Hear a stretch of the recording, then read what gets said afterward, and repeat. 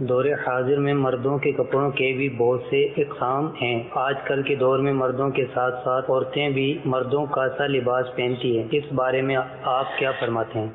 اگر تو لباس ایسا ہے کہ جو مرد عورت کے لیے یکساں ہو، دونوں پہنتے ہوں، کسی کی نقالی نہ مانی جاتی ہو، تب تو وہ جائز ہوتا ہے دونوں کے لیے۔ اور بعض لباس ہوتے ہیں جو مردوں کے لیے مخصوص ہوتے ہیں، عورت پہنے تو وہ نقالی مانی جاتی ہے کہ یہ تو وہ ہے مرد کی مشابہت۔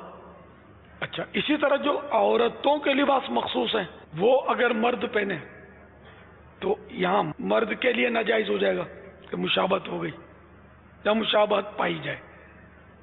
بہر شریعت جلد 3 صفحہ 408 پر حدیث پاک میں ہے، فرمان مصطفیٰ صلی اللہ تعالی علیہ وآلہ وسلم نے رسول اللہ صلی اللہ تعالی علیہ وآلہ وسلم نے ان عورتوں پر لعنت کی جو مردوں سے تشبہ کریں، یعنی مردوں کی نقالی کریں، اور ان مردوں پر جو عورتوں سے تشبہ کریں۔